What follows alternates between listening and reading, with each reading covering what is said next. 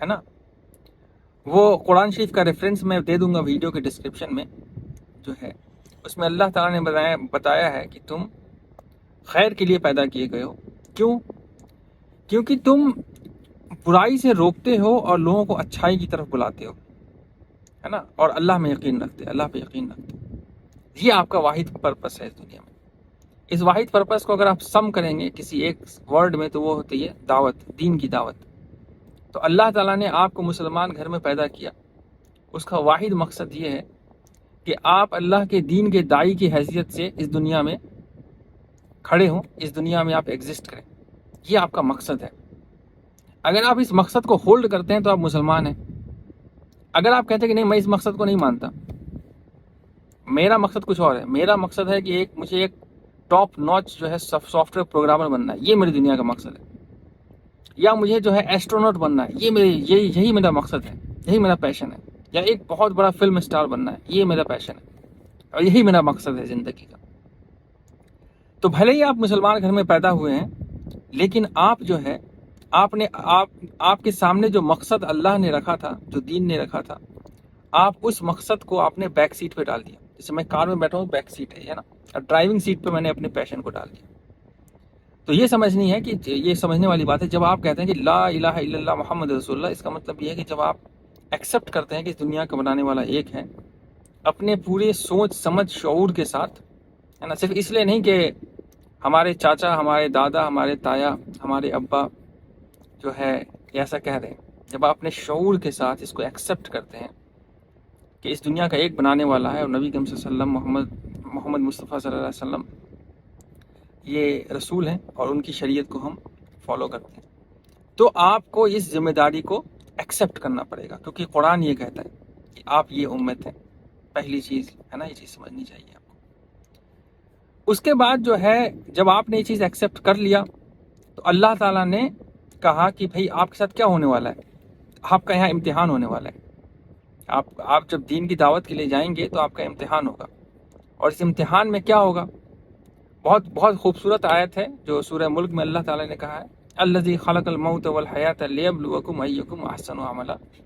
ہم نے زندگی اور موت بنائی صرف اس لیے کہ آپ کا امتحان لے سکے کہ تو آپ میں سے اچھا عمل کرنے والا کون ہے. اور اچھا عمل کیسے ہوگا؟ اچھا عمل جو ہے وہ سارے اعمال جو کہ دین کی دعوت کے ارد گرد گھوم رہے ہیں. اب دین کی دعوت کا مطلب یہ نہیں ہے کہ آپ کسی کو پکڑ لیں، اس کا گلا پکڑ لیں کہ بھائی تم اسلام قبول کر لو. دین کی دعوت یہ نہیں ہے. دین کی دعوت کے جو ہے 3 اسٹیجز ہیں. پہلے تو ہے کہ جو آپ کے ہونے کے جو اسٹیجز ہیں جو بہت سارے علماء نے بتائے ہیں، کہ ایک تو ہے کہ آپ اپنی سسٹیننس کو اسٹیبلش کریں، امارہ جس کو کہتے ہیں. اس کے بعد آپ عبادہ، سیکنڈ اسٹیج ہے، پھر خلافہ ہے. تو جب آپ ان تینوں اسٹیج پہ آتے ہیں تو آپ پھر جو ہے اس لائق ہو جاتے ہیں کہ آپ جو ہے دین کی دعوت لوگوں کو دے سکیں. اور جو ہے اس کے لیے آپ کو عالم ہونے کی ضرورت نہیں ہے، اس کے لیے آپ کو بہت زیادہ اسکالر ہونے کی ضرورت نہیں ہے. آپ کی دعوت اسی وقت شروع ہو جاتی ہے جب آپ دین پہ عمل کرنا شروع کر دیتے ہیں. اب کیسے عمل کریں گے؟ آپ جھوٹ نہیں بولیں گے، آپ چوری نہیں کریں گے، آپ جو ہے بے ایمانی نہیں کریں گے، ہے نا، آپ ہمیشہ سچ بولیں گے، آپ کے اندر محبت کا جذبہ ہونا چاہیے، آپ کے اندر قربانی کا جذبہ ہونا چاہیے. جب آپ ان چیزوں کو ایگزیکیوٹ کرنے لگیں گے اپنے لائف کے اندر، تو یہ ایگزیکیوشن ہی دین کی دعوت بن جاتی ہے نا.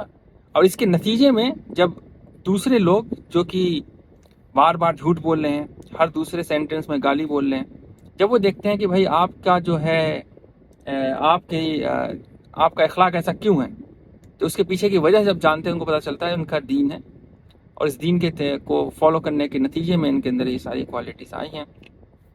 تو بہرحال یہ دعوت کا دوسرا اسٹیج ہے. پھر تیسرا اسٹیج یہ ہو سکتا ہے کہ لوگ پوچھ سکتے ہیں کہ اسلام کیا ہے، رسالت کیا ہے، آخرت کیا ہے، آپ ان کو اس چیز کے بارے میں بتائیں.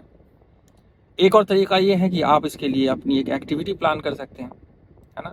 تو یہ سب چیزیں جب آپ کریں گے تو آپ اللہ تعالیٰ کا جو رسپانسبلٹی آپ پہ ڈالی ہے اس کو آپ فلفل کرنے لیں گے. اب آتے ہیں ہم نماز کے اوپر. اب اتنی ساری چیزیں میں نے آپ کو بتائی صرف اس چیز کو بتانے کے لیے کہ جب آپ بات نماز کی کر رہے ہیں بحیثیت مسلمان، تو پہلے تو یہ پتہ ہونا چاہیے کہ مسلمان ہے کون. مسلمان وہ ہے جو کہ اس نے کلمہ کو ایکسیپٹ کیا ہے، اور کلمہ کو ایکسیپٹ کرنے کے نتیجے میں اللہ کے کلام کو جب وہ پڑھتا ہے تو اس کو پتہ چلتا ہے کہ اس کے اوپر کیا رسپانسبلٹی ہے. اور اس رسپانسبلٹی کو جب وہ ایگزیکیوٹ کرتا ہے تو اللہ تعالیٰ نے کہا ہے کہ اس کا امتحان ہوگا، اس امتحان میں آپ کو اچھائی کی طرف رہنا ہے اور برائی سے دور رہنا ہے۔ اب نماز جو ہے اللہ تعالیٰ نے 5 وقت فرض کی ہے، اس کی ایک مصلحت ہے۔ مصلحت آپ کو جو ہے اس کے بہت سارے اینگلز ہیں۔ ایک مصلحت جو مجھے سمجھ میں آتی، جو مجھے دکھتا ہے، وہ یہ ہے کہ اگر آپ دیکھیں تو آج کے زمانے میں بہت زیادہ انتشار ہے، برائی پہ چلنا بہت آسان ہے، ہر دوسرے قدم پہ برائی ہے۔ تو اللہ تعالیٰ نے جو ہے، جو نبی کریم صلی اللہ علیہ وسلم سے پہلے بھی جو امت آئی، ان سب کو جو ہے عبادت کا کچھ نہ کچھ، عبادت کے لیے جو ہے کچھ طریقہ بتایا تھا، جو انبیاء تھے، جو رسول تھے اس وقت۔ اسی طرح نبی کریم صلی اللہ علیہ وسلم نے یہ عبادت کا طریقہ بتایا، اور بتایا کہ یہ 5 وقت نماز پڑھیے۔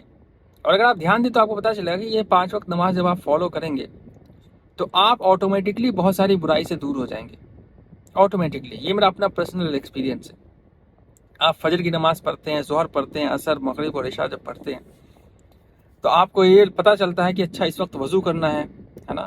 اور جب آپ نماز میں اللہ کے سامنے کھڑے ہوتے ہیں تو آپ کو اندر یہ تھوڑا احساس پیدا ہو جاتا ہے کہ میں اکاؤنٹیبل ہوں، میرا جواب دہی میرے پاس ہے۔ کس چیز کی جواب دہی؟ اپنے اعمال کی جواب دہی۔ تو یہ کنٹینیوس ریمائنڈر ہے، اللہ نے بہت آسان بھی کر دیا ہے۔ مطلب اگر آپ دوسرے مذاہب کو دیکھیں جو لوگوں نے خود سے بنا رکھے ہیں، یا پہلے کے جو ہے پہلے جو انبیاء تھے اس وقت کے، جو اس وقت پہ لوگ جو فالو کرتے تھے انبیاء اور رسول کو، ان کے طریقہ کو دیکھیں تو وہاں پہ اتنی برائی کے چانسز نہیں تھے جتنے اب ہیں۔ تو اللہ تعالیٰ نے بہت آسان کر دیا۔ اللہ تعالیٰ نے کہا کہ آپ کو زیادہ سوچنے کی بھی ضرورت نہیں ہے، یہ الحمد شریف ہے، اس کو پڑھ لیجئے، یہ قرآن شریف کی آیات ہیں، اس کو پڑھ لیجئے۔ تو انسان کو نماز میں کھڑے ہو کر یہ بھی نہیں سوچنا کہ مجھے پڑھنا کیا ہے، وہ بھی ہے کہ سمجھیے جس طرح سے کوشچن پیپر ہوتا ہے ایگزام میں، اللہ تعالیٰ نے اس کا آنسر بھی آپ کو دے دیا کہ اس طرح سے مانگ لو، ہے نا، اس طرح سے عبادت کر لو۔ اور اس عبادت سے ہوتا کیا ہے؟ اس عبادت سے انسان کے اندر صبر اور شکر کا جو ہے جذبہ پیدا ہوتا ہے نا۔ مطلب جب آپ ایمان لاتے ہیں اسلام پہ تو ایمان لانے کی جو پہلی کیفیت وہ شکر سے پیدا ہوتی ہے۔ آپ اگر شکر گزار ہو گیا، آپ گریٹفل ہو گیا، آپ کو اللہ تعالیٰ نے دنیا میں جتنی ساری چیزیں دی ہیں، اگر آپ اس کے لیے شکر گزار ہیں تو آپ اللہ کی حمد و ثنا کریں گے، جو کہ ہے الحمدللہ رب العالمین۔ آپ وہاں سے شروع ہوں گے۔ تو اللہ کی کتاب کو پڑھنے کا ایک پری ریکویزٹ، جو پہلا اسٹارٹ ہے، وہ یہی ہے کہ آپ اللہ کا شکر ادا کریں کہ الحمدللہ آپ کو اللہ نے جو ہے ایک مخلوق بنایا زمین کے اوپر۔ بہت سارے مخلوق ہیں، ان کو بہت ساری سوچنے سمجھنے کی عقل ہے، لیکن ان میں سب سے اشرف عقل آپ کو دی ہے۔ آپ کے اندر کوگنیشن ہی نہیں ہے، میٹا کوگنیشن ہے۔ آپ یہی نہیں کہ اسے یہ سوچ رہے ہیں کہ آپ کو کیا کرنا ہے، آپ یہ بھی سوچ سکتے ہیں کہ آپ کیا سوچ رہے ہیں، ہے نا۔ نور جو ہے نا، نور کے اوپر نور ہے۔ آپ کے اوپر جو اللہ تعالیٰ نے رحم کیا ہے وہ یہ کیا ہے کہ آپ کو بھوک لگتی ہے تو کھانا کھا رہے ہیں، لیکن آپ کے اندر یہ بھی سوچ ہے کہ آپ کھانا کھا رہے ہیں۔ بہت سارے جانور ہیں، ان کو یہ سوچ اللہ نے نہیں دی ہے۔ شیر کو بھوک لگتا ہے تو بس ایک جھپٹ کے وہ کھا لیتا ہے، لیکن انسان کے پاس یہ عقل ہے کہ وہ دیکھ رہا ہے کہ وہ کیا کر رہا ہے، مطلب اپنے آپ کا محاسبہ کر سکتا ہے۔ تو اس کا شکر ہے آپ نے ادا کیا، الحمدللہ رب العالمین۔ تو اس کے بعد جب آپ اس چیپٹر کو پڑھتے ہیں، سورہ فاتحہ پڑھتے ہیں، تو آخر میں آپ کہتے ہیں اہدنا الصراط المستقیم صراط الذین انعمت علیہم غیر المغضوب علیہم ولا الضالین۔ یا اللہ مجھے سیدھا رستہ دکھا۔ اور جب آپ سیدھا رستہ دکھانے کی دعا کرتے ہیں تو اللہ تعالیٰ نے کہا اس کے بعد ٹھیک ذالک الکتاب لا ریب فیہ ھدی للمتقین۔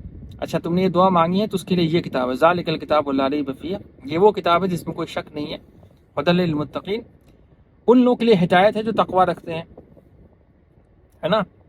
تقویٰ کہاں سے آیا؟ پہلے آپ نے شکر ادا کیا، شکر ادا کیا مطلب آپ گریٹفل ہوئے، آپ کے اندر اس چیز کا احساس ہوا کہ جو زندگی کی نعمت ملی ہے اور اب ساری آشائش ملی ہے، آپ کو 3 وقت کا کھانا مل رہا ہے، رہنے کا گھر ہے، سب کچھ ہے، اس میں آپ کا کیا کنٹریبیوشن ہے؟ اگر آپ بہت دھیان سے سوچیں آپ کا کوئی کنٹریبیوشن نہیں ہے۔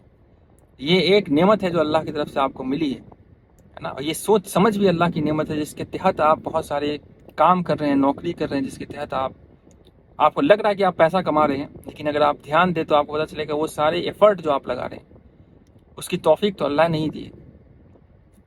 تو اس میں جو ہے جب یہ آپ پڑھتے ہیں، جب آپ کو یہ کتاب سمجھ میں آتی ہے تب آپ ایمان لاتے ہیں، اور ایمان لانے کے جذبے میں اس کے نتیجے میں جو ہے آپ شکر ادا کریں گے، اور شکر ادا کرنے کا جو بہترین طریقہ ہے، افضل طریقہ ہے، اللہ تعالیٰ نے اس امت کے لیے جو پرسکرائب کیا ہے وہ نماز ہے، صلاح جس کو کہتے ہیں. ہم اپنے سب کانٹیننٹ میں ورڈ نماز یوز کرتے ہیں جو کہ صحیح نہیں ہے، صلاح یوز کرنا چاہیے. اور اس صلاح کو ادا کرنے کا جو سب سے افضل طریقہ ہے وہ طریقہ ہے جو کہ سنت ہے، جو نبی کریم صلی اللہ علیہ وسلم نے خود بتایا ہم لوگ کو کر کے، ہے نا. تو اس لیے مسلمان نماز پڑھتے ہیں. بات بہت لمبی ہو گئی ہے، 15 منٹ سے اوپر کی ویڈیو. انشاءاللہ آپ کو یہ بات سمجھ میں آئی ہوگی، اور اگر آپ کو سمجھ میں آئی ہے تو آپ ضرور بتائیں. اور اگر آپ کو لگتا ہے کہ یہ بات اچھی ہے اور دوسرے لوگوں کو بھی سمجھنا چاہیے تو اس کو شیئر کریں. السلام علیکم.